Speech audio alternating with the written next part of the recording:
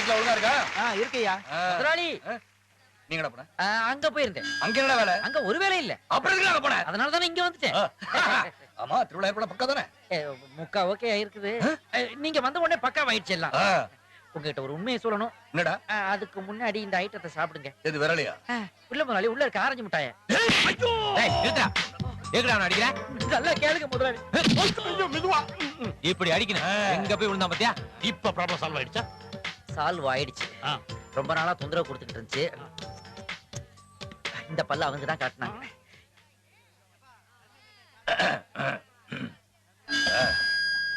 இது வரைக்கும் இந்த கிராமத்துல பல திருவிழாக்களை நீங்க பார்த்திருப்பீங்க. யோ பேச்சக்காலியா? யார்? இல்ல நீ பேசு. இது வரைக்கும் திருவிழா நடத்தவங்க எல்லாம் உங்ககிட்ட கேவலமா பணத்தை வசூல் பண்ணி தான் விழா எடுத்திருப்பாங்க. என்கிட்ட கொஞ்சம் கூட நான் கொஞ்சம் கிளிக்கிறேன். இந்த விழா நல்லா நடக்க கூடாதுன்னு நினைக்கிற புறம்போக்குகளே, என்னடா குடு குடு குடு குடு. இந்த விழா சரியா நடக்க கூடாதுன்னு நினைக்கிற பொறுக்கிங்க, பேமானிங்க, முள்ள மாறிங்க. இந்த இடத்தை விட்டு ஓடுறதுக்கு முன்னாடி ஸ்டேஜ தொடங்குடா. தொடங்க.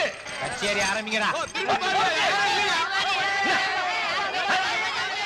ஏஜே காலியா இருக்கு. என்ன பண்ணுங்க? ஐயோ எஸ்கேப். டேய், விழா நடத்துறதுக்கு பணம் மட்டும் இருந்தா போதாதுடா. குலம், கோத்திரம், அந்தஸ்து இதெல்லாம் ஒரு மனுஷனுக்கு தேவை. அது இல்லாதவன் நடத்தினா இப்படிதான்டா இருக்கும். இன்னும் ஏன்டா உட்கார்ந்திருக்கீங்க? வேலை வெட்டி இல்லாத பசங்களா, எழுந்து போங்கடா.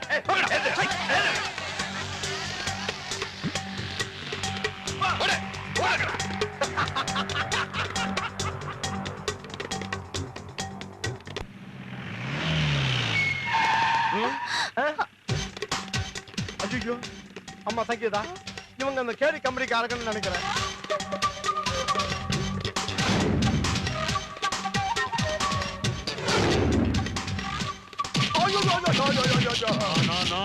அழக்கூடாது. ஏய் மேனேஜர், என்னடா குதிரை? இவன் அடிச்சது கண்ண முதலாளி தான். எப்படி அவ்வளவு கரெக்டா சொல்ற? கண்ணு வெளியே வந்திருக்கேன். ஓ, ஆனா இவனை அடிச்சது நம்ம தாஸ் முதலாளி தான். எதை வச்சு சொல்ற? பாரு, பேஸ் கிட்டாரிஸ்ட் பேஸே கொஞ்சம் ஒதுக்கி வச்சிருக்காரு. ஒவ்வொருத்தரும் அவன் காலையில எந்திரிக்கும் போது பேப்பர் படிக்கலாம், காப்பி குடிக்கலாம்னு நினைப்பாங்க.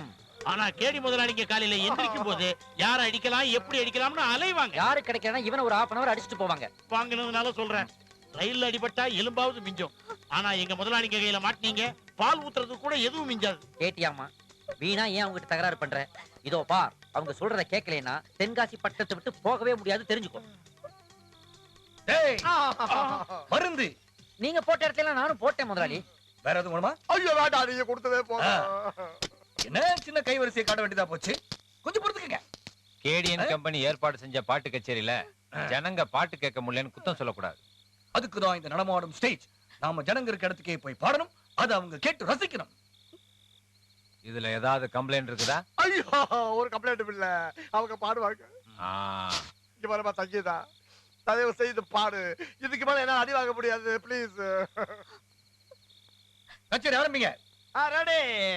1 டேய், இன்னும் பல வீடியோக்களை காண சன் லைஃப் சேனலை சப்ஸ்கிரைப் பண்ணுங்க.